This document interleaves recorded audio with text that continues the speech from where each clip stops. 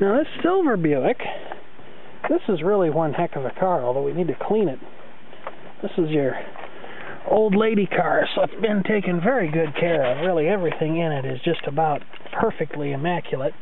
Anyway, the air conditioning on this car is just superb, but the heater, for whatever reason, is never very strong. Now, one thing that we've already checked out on this car, there's a metal arm, kind of a wire-like arm, that moves when you slide this slider between cold and hot on older GM cars, and maybe even some newer ones too. Although a lot of the newer ones, like my S10, seem to use a servo motor to drive the blend door back and forth.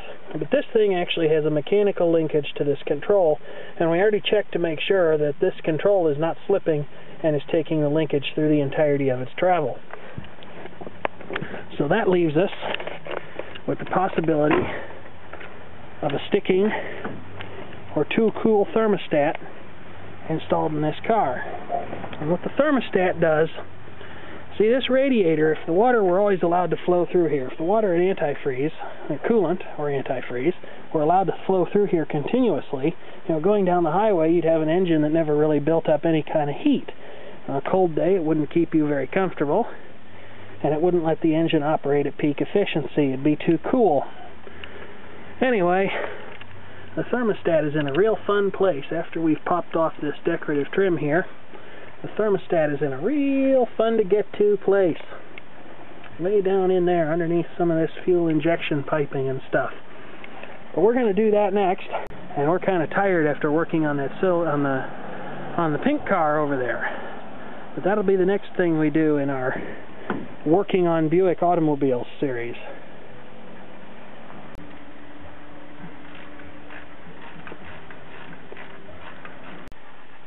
And here's the little beauty out of the 88 Buick. This is a 195-degree thermostat. Now the way you test one of these outside of the car, if you'll pardon the messy stove, really, you put it in the water, and you get yourself a candy thermometer, and then, once you've set up your candy thermometer appropriately, you turn the burner on. It's almost time for it to open. We're approaching 190 degrees right now. And as you can see, this thermostat has opened at about the point where it should have, so it is probably okay. Okay, well last night we tested out our thermostat, found that it opened and closed at approximately 195 degrees. So then, got the brilliant idea, my dad took the fan out of the car, and then another one of my brothers here reached in and discovered why our heater doesn't work very well. You can see the heater core pattern in that. I have to give it a test now. Now, with the massive mound of garbage out from the heater core, it's time to look and see why this car doesn't have any high fan speed. And I did figure out where all that crud came from, because as I was taking this resistor pack out of here that gives you your various fan speeds, I got an unimpeded view of the heater core in this car, and lo and behold, if I didn't find mouse droppings. Which figures, this car did spend a lot of its life indoors, so maybe the mice just thought it would make a nice warm place to live inside the garage. Also cleaned and oiled this motor, so it turns a good deal more freely than it did, and I cleaned this fan up in the kitchen sink with dish soap. So now when we turn that on, the whole car is going to smell minty fresh.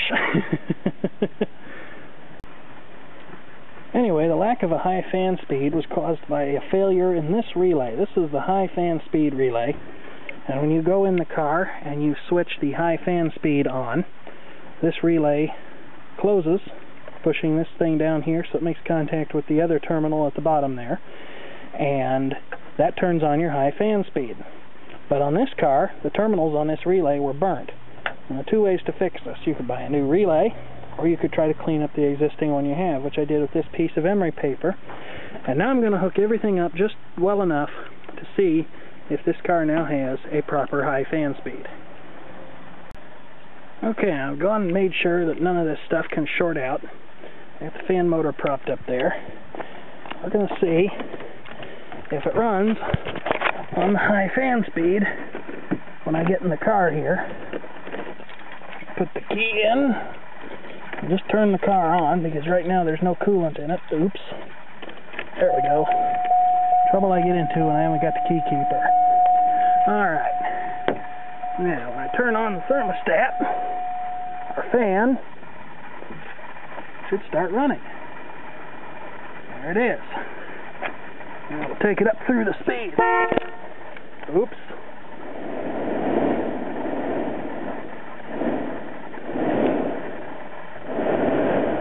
Our relay is still not working. And now this time I was smart enough to put the tilt steering column down so I won't sound the horn when I test the fan and scare the daylights out of myself. There's our fan running at low speed. I gave the relay a little more filing to clean it up some more. Being careful not to deform the contacts. Let's see what we get. And there is our high fan speed. Listen to that thing. Oops. Well, no harm done. Now we'll just put it back in and see how it moves air through the car.